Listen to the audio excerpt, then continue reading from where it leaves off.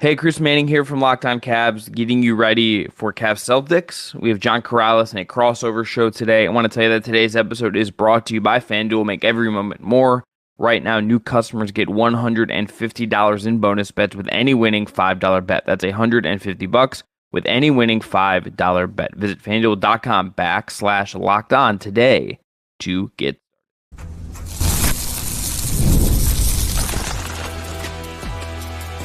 You are Locked On Cavs, your daily Cleveland Cavaliers podcast. Part of the Locked On Podcast Network, your team every day. All right, crossover time. I always love a crossover. Chris Manning, John Karalis, Locked On Cavs, Locked On Celtics. You know, both sides of this equation, this upcoming Eastern Conference semifinal series. We'll talk about the Donovan Mitchell defensive plan. I have one. We'll talk about that later. Okay. We'll talk about the Cavs and their ability to win on the road, which they have not demonstrated yet. But I'm sure that we want to get into the Celtics without Kristaps Porzingis right away, because I think that's, if I'm not mistaken, I think that's where Cavs fans would be hanging their hat, that the Celtics don't have a key element that is a big matchup problem, and maybe that can help you make some noise in this series. Let me ask you a question about this topic, John. Does it matter in the scope of this series that Porzingis is not going to play? Like, is Boston demonstrably, meaningfully more beatable because Porzingis is out with the soleus injury? Not in this series. It matters in other series, but I don't think it matters in this series. There's, in fact, there can be an argument made that maybe Porzingis actually, this is pure Boston spin, but with Al Horford as a floor spacer, exclusively floor spacer, you're forcing, and I don't know what Jared Allen's availability is going to be, but maybe, I don't know how Evan Mobley, what configuration they have to defend and where they put Mobley, but Al Horford's going to space the floor. Somebody is going to get pulled away from the rim. And if you do get Jared Allen back, then that's going to mean he's probably the guy who gets pulled away from the rim. And so I feel like with Porzingis, without Porzingis, it's not going to matter a whole lot for what Boston does, because they can run all different kinds of offense. They're very versatile, and they don't run everything through him. So it would have hurt more against like Miami. I think it will hurt if they go up against, let's say, Denver in the conference in the NBA Finals. I don't see it hurting as much against the Cavs. Yeah, I agree. I think Boston can win the NBA championship. Can't win the NBA championship, without Porzingis healthy and playing well. They can beat Cleveland, I think, without Porzingis. The Allen part of it is like the interesting part of this, because John, I have like a hard time knowing what to expect with the Cavs without him to some degree, because we just saw a series where I don't know what to make of that team after watching them play 7 games against the Magic, which in itself is kind of a weird place to be for a team in the playoffs. Whereas like Boston, I think even without Porzingis, I know exactly what to expect. And if Allen comes back, he's got a rib injury, so can he take as much punishment to the inside? Is he gonna and that's a very Jared Allen thing, is just to try to block everything, try to dunk everything. And they might need that at some point just as a counterweight to everything Boston's going to do. Whereas, again, I think with Porzingis, it's like, sure, you'd like his shooting, you'd like his defense, all that stuff. But is Cleveland do you need it? Probably not. No, I just think that it's not the style of play that you need to beat Cleveland when you've got all of these other offensive options, right? You know, Porzingis is really the fourth option. You guys don't play a lot of zone. So he's primarily like that. They specifically got Porzingis to be the zone buster against Miami, to be the guy that if you do try a 2-3, you're screwed. But Miami went to it when he was off the floor, and the Celtics still beat it. So they're just better at beating that anyway. Obviously, the bigger offensive options are Tatum and Brown. And if they play fast, and that's one of my concerns, if the Celtics don't fall into the habit of matchup hunting and saying, okay, I've got one of Garland, Mitchell, whomever you throw out there, we're just going to spread the floor. I'm going to call for a pick to get that guy on me, and we're going to bring the shot clock down to 8, and we're going to take away all of our other offensive options. If the Celtics do that, you're playing into Cleveland's hands, and then that's a problem. But if Boston plays the way they should, they play fast, they move the ball, you're ultimately going to open up some driving lanes, some passing lanes, some shooting opportunities. And that's with or without Porzingis. I don't think he's the driver of any of that. Well, let me ask this as thinking about the Celtics team versus maybe the past couple of years and what maybe this season has taught you, John, about them, whether it's Porzingis or not. I would have said the way to maybe beat Boston the last couple of years is get them out of their stuff, and when they kind of lean into their bad habits, and they're more beatable, all of that. What is it about this team this year that makes them maybe not as inclined to go down that route? Obviously, the Miami game they lost. That wasn't about Boston not doing Boston stuff to me. That was Miami just shot absurdly well from 3, and that happens sometimes, right? It's like, why is Boston different this year versus years past? So I will throw in that game. Why Miami had that crazy outlier shooting performance is partly because Boston did fall back into some of those habits. They didn't respect their opponent 100%, and so they didn't close out hard, and they let some guys get going, and that kind of opened up the water, and they could never shut it off. But the difference this year is that the Celtics don't do that all the time. They don't kind of stay in their own way. It's not that they don't make mistakes, it's that they recover from their mistakes pretty quickly. And I don't think they let those little lapses linger. Like aside from the last time the Celtics and Cavs played where Dean Wade was touched by God, the Celtics can generally hold off a collapse, right? They will blow a lead, but they'll come back, and they have this great record in clutch time. And the argument from Boston fans is, well, you should have never gotten to that many clutch time games. But the argument from people like me is, okay, yes, but they did, and they held on. They were able to kind of get out of what it was, the spiral. And so I don't think they do that as much anymore. In the Miami series, okay, game 2, I think they were baited into some individual stuff. Tatum and Brown were kind of tricked into, hey, I'm just going to do this all myself.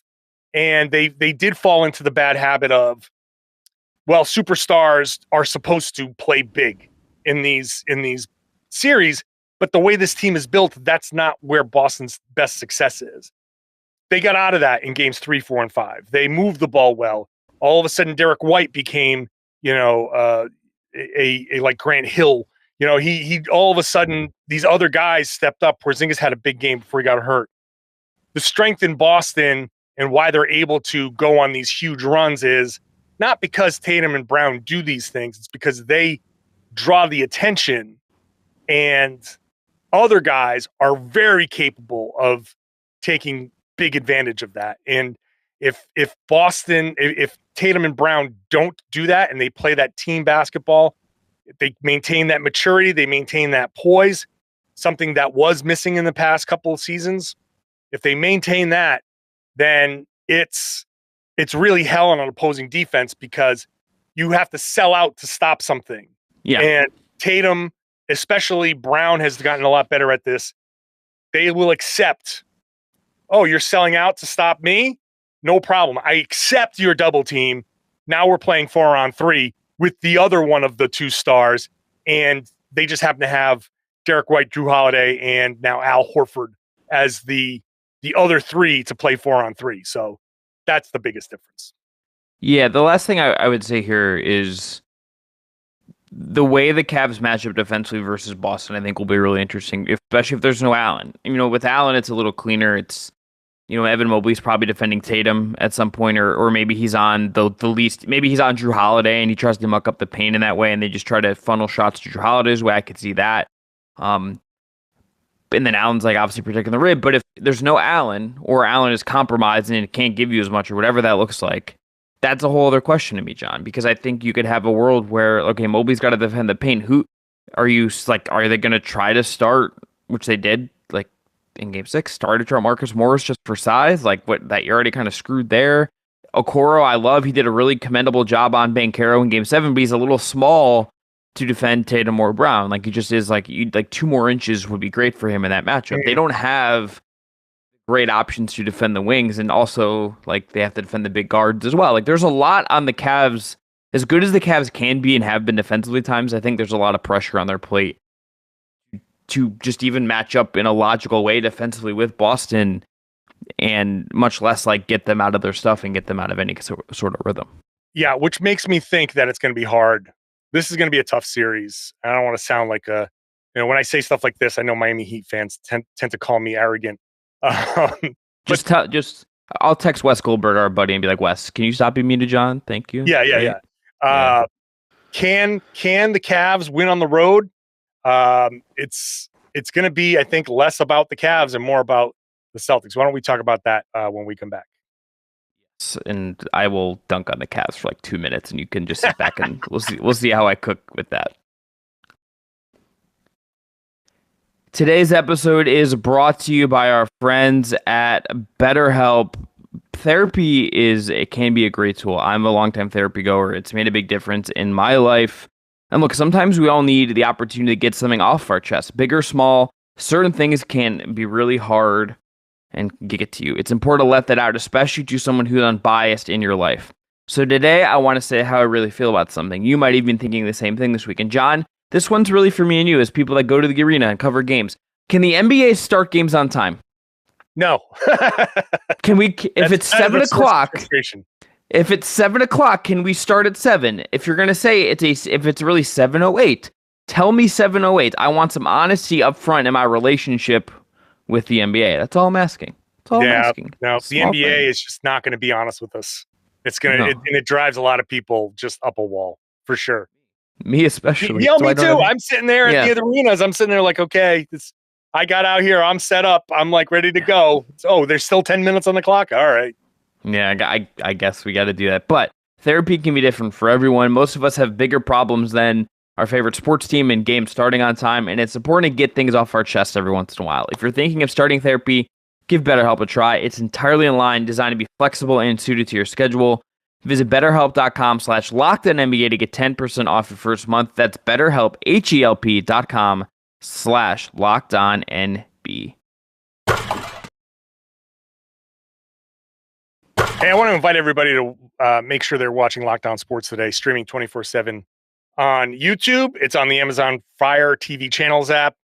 Real talk, real conversation, not fake screaming and yelling at each other. So that's the number one reason. Put it on. Locked On Sports today. Just leave it on in the background. Stream it all day. Okay. Game 1, Tuesday night in Boston. Game 2, Thursday night. Both 7 o'clock, quote unquote, tips. I know the plan is you want to come in, you want to steal one. You want to get one in Boston. What do you think the Cavs can do? How do the Cavs win a game against the Celtics? I want to just start by noting that I don't think there's anything the Cavs did in the previous series that would make me confident they can win a road playoff game. If Orlando is Orlando, like it's not Boston. It seemed like a great environment. I love every video I can get of them after the games when they win, doing the play the song thing. That gets me every time. That song is hilarious. I love the bits they've developed, and it seemed like a real culture. It's not Boston in a playoff environment. The Cavs in games 3, 4, and 6, at different points of all those games, looked overwhelmed, looked like they didn't know where they were, didn't look like they know what to do in a playoff game in Orlando, and against a team that had not been in the playoffs before. Like, yes, the Cavs could win a game on the road. They could. Like, they're capable of it. Like, there's somewhere in there, there's basketball things we could get into that are probably part of it. I think 3-point shooting and getting hot one night would obviously be a big deal. That's kind of like plan A, and that means maybe playing Sam Merrill. But I don't think, John, there's anything in the way the Cavs carried themselves in round 1, paired with the fact that Boston was including its regular season and playoffs, 39-5 at home this season. That crowd's going to be dialed in. I think the Cavs' chances of winning a game on the road are slim. I think they're fighting a massive uphill battle just on a lot of different fronts here. If they are shook at all by a playoff atmosphere in Orlando, I hate to break it to Cavs fans that the Boston Garden is going to be different from, like, not just when the ball goes up at 7-0 whatever time it is. It's the amount of people that are there early, just the buzz in the building. It is a different kind of atmosphere. And I know these guys have played there before. They've seen the parquet. They've seen the banners. It's not like that's any surprise. But the playoff vibe is different. And the Celtics have had almost a week off. And I think you look at whatever injuries you're already dealing with, and then Donovan Mitchell's knee, and then, you know, the Celtics having that time off, and whatever little nagging things maybe just feel a little bit better now than they did at the end of the Miami series. If the Celtics come out strong, it's going to be very difficult. If I'm looking at this previous series as any kind of indication, and this is why I don't want to step on the next segment, but this is why I want Drew Holiday on Darius Garland. My defensive alignment is not Holiday on Mitchell. I want Holiday on Garland because I want Holiday to break his spirit. I want Garland to come out and be like, oh my God, the playoffs in Boston, this is a little crazy. And for him to have whatever feeling he's been having, right? He's up and down. And then I want Holiday to make his life absolute hell, because for the Cavs to win in Boston, you need big performances from everybody. You just gonna have to score.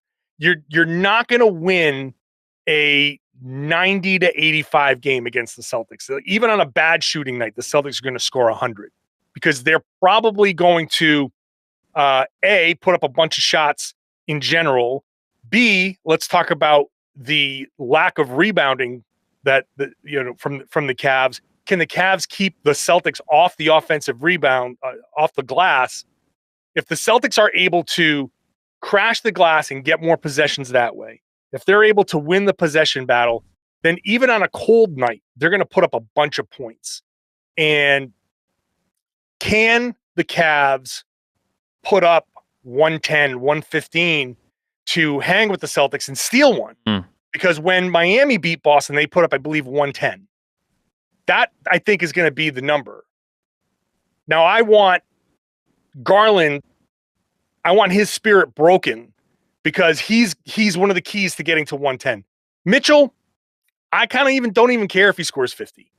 It's Garland, no. Strus, well, I mean, no. He scored 50 in a game when they lost because no one else delivered. I mean, like we literally just saw it. It's like he did everything he could, and it was like everyone else gave you a whole lot of nothing, and they lost. So if you limit Strus and Garland and LeVert and Mobley and whoever else is out there, I'm fine with it. Like, you deal with Donovan Mitchell, that's fine.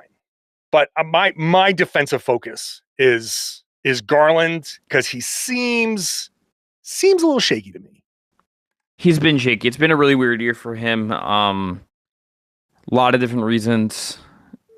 But I think, John, the reality is, like, when you get here, it's like you kind of are where you are at this point, and we can be sympathetic as media members, fans can be sympathetic as well. But to call a spade, like, he's been wildly inconsistent. And even in Game 7, he looked off for much of that game. And until he hit a 3 late, that was a second chance 3 where he missed one. They got a rebound and flung it back to him in the corner. He made it. It took until then for him to really look settled. By then, the game was well in Cleveland's favor. Mitchell in the third quarter, aided by some Strus shot shooting, got them back in that game, got them ahead. And Garland was kind of like the cherry on top of the comeback Sunday. And look, you look at the Cavs in this series. Point totals: 97, 96, 83, 89, 104, 96, and 13. There are some 13-point quarters in there, or teen quarters in there. There's a lot of blah for Cleveland. I mean, even they won, by 12 in Game 7. They won 106-94. They had a quarter in that game, John, where they scored 18 points. Orlando's defense is really good, but like that's not going to win you a playoff game, and that like if that they did that at home. So like to your point about the road part, it's like, are we sure there's not going to be a quarter where Boston's defense doesn't clamp Cleveland and Cleveland has like 20 and has like an 85-point game? Like I think that's very much on the table here, and in more not one but maybe 2-3 games of this series. Here's a couple of numbers that I think are very bad for Cleveland. Is the Orlando Magic shot 32% on catch and shoot 3-pointers in this series and still forced the game 7. Boston shot 41.2% on catch and shoot 3-pointers in their 5 games. So that's a 9% difference. If you get 9% of, and how many of those games were like, you got a couple of close games in there, like it's just on the catch and shoot 3-pointers, the way the Celtics move the ball around, they're not going to shoot like Orlando did. And, you look at the wide open numbers, like, okay, Paolo Banchero shot 41%, but you got guys like Ingles shooting 33%. Cole Anthony shot 25%. Franz Wagner shot 22%. Those numbers are just on wide open 3-pointers. Those numbers are not going to duplicate themselves against the Celtics. So if the Cavs go and play a similar defensive style and give up a lot of the same shots, Boston, just in the 3-pointers alone, is probably going to hit a lot of those, which puts a lot of emphasis on Cleveland scoring. That's if I got a word of advice for the Cavs is find a way to go small, find a way to put up, do the Miami plan. You're going to have to shoot 43-pointers in the game. You're going to have maybe more. And you're going to have to hope that the Celtics relax enough that somebody's going to get hot. And you got to play the variance game, and you got to play the math game, because playing the way that you played against Orlando, that's going to be tough. Very tough. I have some Mitchell stuff for you after, but I think we're gonna move on here. But I got a Mitchell thing for you after this. Today's show is brought to you by DoorDash. Hey, it's Mother's Day this weekend. I'm going to be in Cleveland. Ooh, I didn't buy my mom anything, but that's okay. DoorDash is here. And I know my mom loves flowers, but it doesn't matter if your mom loves flowers, if she's like into tech stuff, if she's into whatever, there's a lot of different moms out there. Whatever your mom's into, you can find something on DoorDash that can get delivered right to her door. And right now, if you spend $15 or more on your next order, you can get 50% off, up to $15. So use the code LOCKEDONNBA. You're going to get 50% off your next order, up to $15 when you spend $15 or more. And that's on flower stores, convenience stores, grocery, retail. Locked On NBA is the code. You can get mom whatever she wants. You can have it delivered right to her door, no matter where you are. Or if you just want to surprise her, maybe you're home and you just want to surprise her a day early, or tell her you're going to be there at 3 and have the surprise be there at 2, or show up empty-handed and have her get like, what are you doing? And then at 3:30, surprise, DoorDash is here. You can have a lot of fun with it. It doesn't matter how you use it. DoorDash is there. Whether you're like me, you're going to be on the road, or you just want to surprise mom. Remember, the code is LOCKEDONNBA. 50% off your next order, up to $15 when you spend 15 or more on your next flower, convenience, grocery, or retail order now on DoorDash. Order using DoorDash today. Terms apply.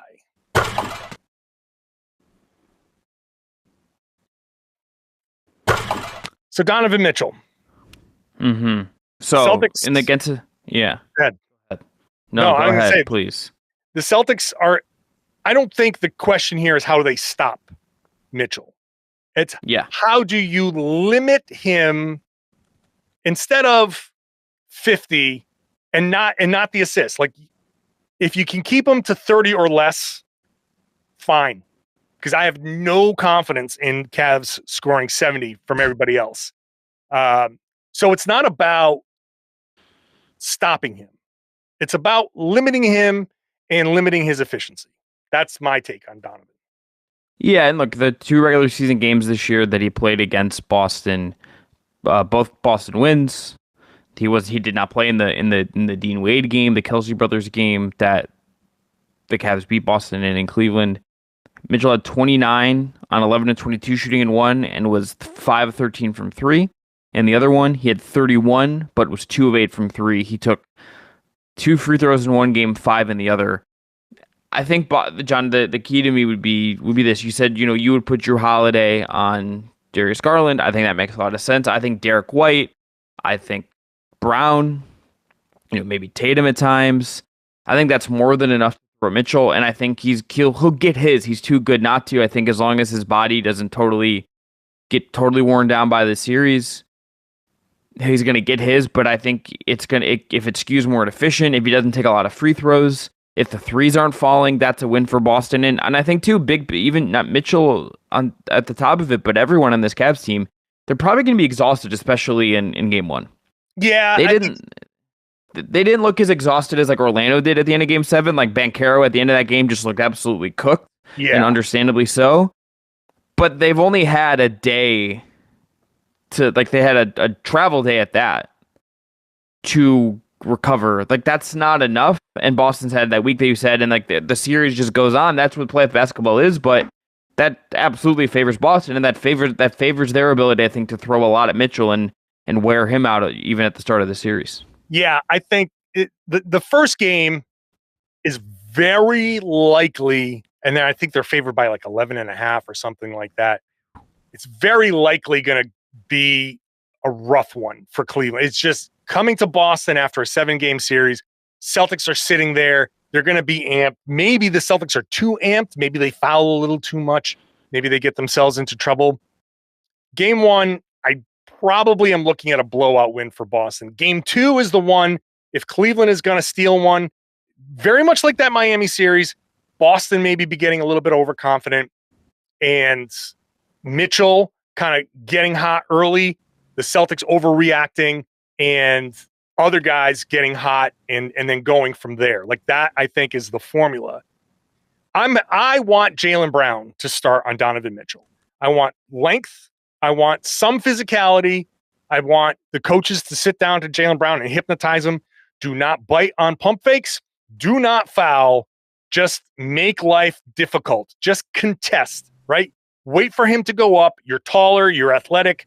You can still challenge the shot, but don't foul. Don't bite for fakes.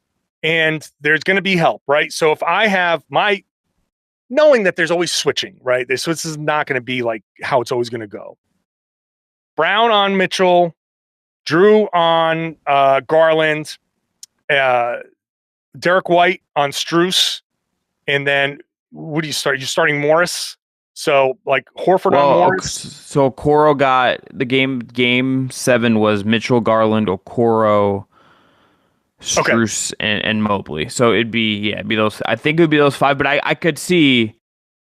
Oh, I mean, was it Valen plays? I get like obviously that way he would start, but I don't know. I think you could see different things during the course of the series. It would be my guess. I would still like. I might put, if Okoro starts, I might put Tatum on Okoro and Horford on Mobley, just so Tatum can help and roam. He's still got that size, but he just a little bit, because of the youth, can get from side to side a little bit more quickly. Whoever is in on Okoro can roam. Maybe what you do is you put Tatum on Strus, White on Garland, same kind of idea, make his life hell, and Holiday is the roamer off of Okoro because you're just going to dare him to shoot. Yep. And so maybe that's the way to go, because not only do I want length on Mitchell, I want to shut down all the other guys on the other side. I want to take Jaylen Brown's freelancing out of the equation. I just want to give him, like, you have the tough assignment. Focus on Mitchell. That's your guy.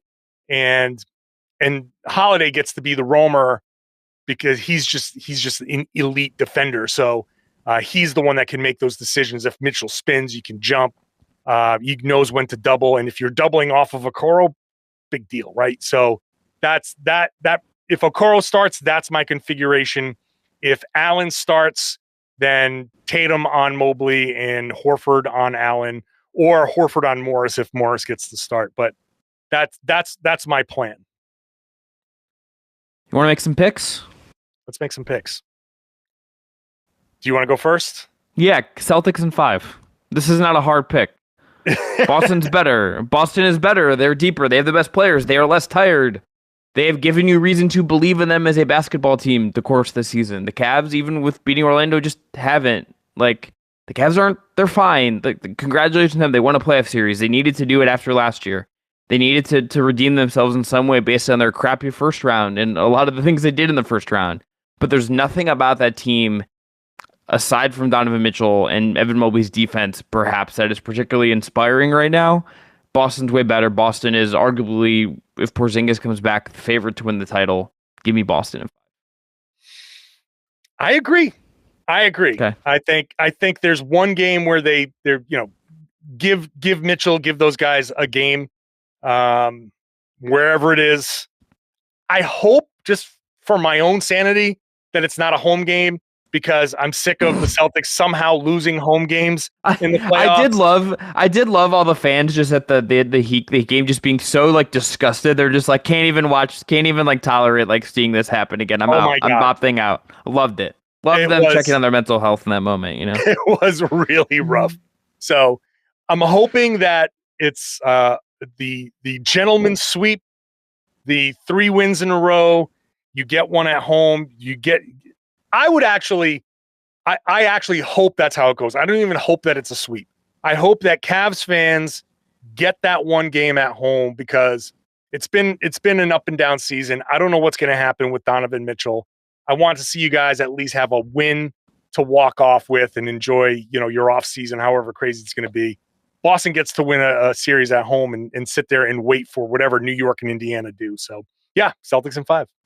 Yeah, when the game ended game 4, someone can hold up their phone and play Wiz Khalifa's "See You Again" from the Fast and Furious movies as they wave goodbye to the Cleveland Cavaliers. That would be my advice. John, let me ask you one question. What percentage would you give? I'm trying to think of the right way to phrase this, but what percentage chance would you put on Boston being the team that doesn't make it out of the East? So there's 4 teams left: Boston, Cleveland, Indiana, and New York. What percentage chance you put on it that Boston is actually not the team that represents the East in the finals this year? Like 5%? Less. Well, Okay. I'll say, okay, I'll say 5 for the nice round number. But I want to say it's almost like 0, but I can't say 0. Say it. Don't say 1. It's not legitimately 0. It's not legitimately going to be 0, but like, provided that there's no injury, there's nothing weird that happens, 0. If there is, but I'm going to say 5 because, Tatum can sprain an ankle or something like that. But look, Indiana, New York, credit to them. And New York is having a very Isaiah Thomas 2017, 2018 type of Boston kind of run. So I'm not going to deny the magic of that, but the Celtics just have every matchup along the way. And if Porzingis comes back in the conference finals, that's just another element. I have a very hard time believing that the Celtics aren't going to the NBA finals right now. Yeah, I agree. I think it's like 5%. And if it was a team that was going to do it, I think it would probably be the Knicks. It's not Cleveland. It's not Indiana. The Knicks are the biggest threat, but I don't even really worry about them. They would be physical. That would be a physical series. Yeah. But Boston would probably win, particularly if Porzingis is healthy. And I imagine somewhere deep down in Porzingis, maybe not even deep down, maybe more on the surface, him like sticking it to the Knicks fans at MSG would probably mean something to him. I'm sure. He would have fun. I'm sure. Yeah. John, this has been fun. Has been fun. Always fun. Always a good time. Always a good time.